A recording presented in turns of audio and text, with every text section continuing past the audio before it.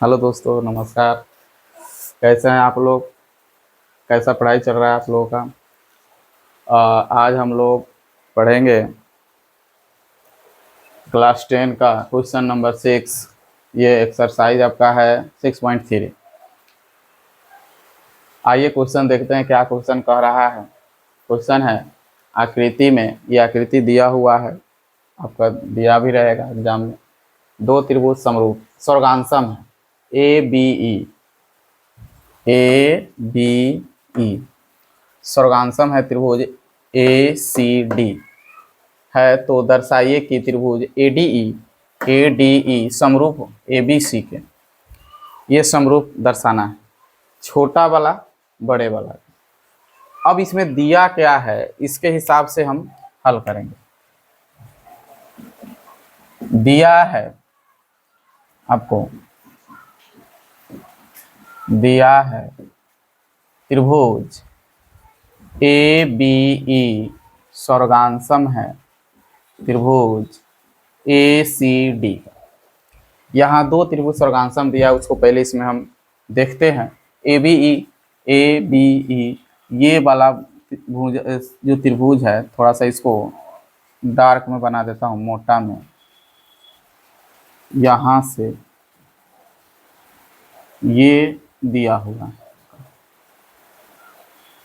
देखिए ये त्रिभुज, और आपका यहाँ से आइएगा तो ये डॉट डॉट थोड़ा दर्शा देता हूँ। ऐसे डॉट डॉट रहेगा नहीं, आपको वहाँ कुछ करना नहीं, इस तरह से समझने के लिए ये त्रिभुज को दिया हुआ है। ये दो त्रिभुज स्वर्गांसम दिया हुआ है। तो आप जानते ही हैं कि स्वर्गांसम त्रिभुज जब दो हो तो उसकी संगत कोण, प्रत्येक संगत कोण बराबर हो जाते हैं और प्रत्येक संगत भुजाएं बराबर हो जाती है।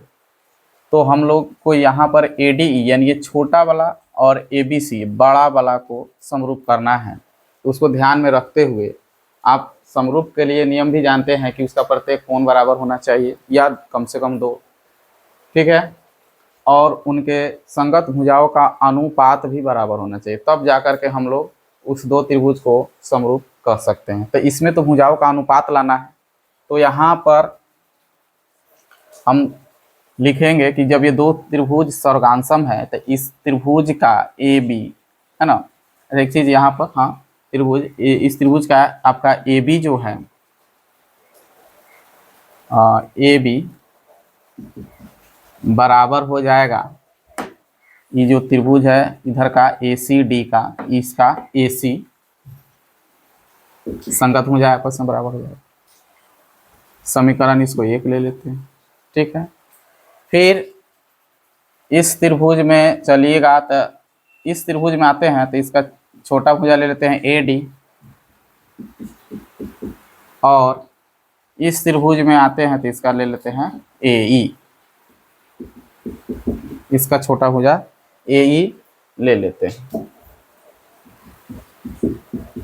ए ई, ठीक है।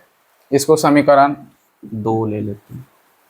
अब यहाँ लिखेंगे कि यहाँ भुजाओं का अनुपात लेना है, तो बड़ी भुजा लिए पहले ए बी बड़ी भुजा, फिर ए डी आगे आपका छोटा भुजा, ये छोटा सा त्रिभुज है। तो लिखेंगे यहाँ पर समीकरण 1 भागा समीकरण 2 करने पर, अब भाग कर देते हैं, A B Bata A D बराबर ए सी बाटा ए ई।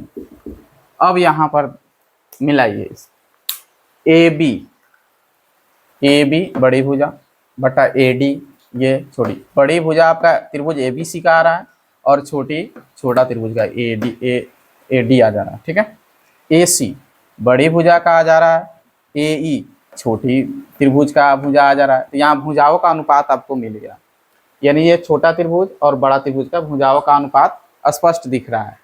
एक चीज, इस बड़ी त्रिभुज में और छोटे त्रिभुज में कोण ए उभयनिष्ठ, आपका कोण ए दोनों के लिए उभयनिष्ठ आ रहा है। यहाँ लिखेंगे कोण ए बराबर कोण ए उभयनिष्ठ, अतः हम कह सकते हैं कि त्रिभुज ADE समरूप हो जाएगा त्रिभुज ABC के। तो कथी से होगा?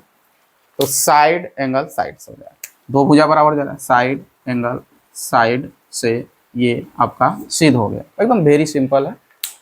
जो त्रिभुज स्वर्गांशम दिया है AB, उस दो त्रिभुज को पकड़ेंगे और उसकी भुजाओं को भुजाओं को बराबर कर लेंगे। तो इस ABE में बड़ी भुजा लिए, फिर इस त्रिभुज में बड़ी भुजा लिए, फिर इस त्रिभुज का छोटी भुजा लिए, फिर इस त्रिभुज का छोटी भुजा लिए और उसका अनुपात कर दिए, क्योंकि बराबर होगा आपस में। संगत भुजाएं स्वर्गांशम में सारी भुजाएं बराबर होती है आपस में, संगत उनकी, और उसे हम लोग अनुपात कर दिए और कोण A वहनिष्ठ दिया हुआ है, जिससे कि यह आपका क्या कहलाएगा?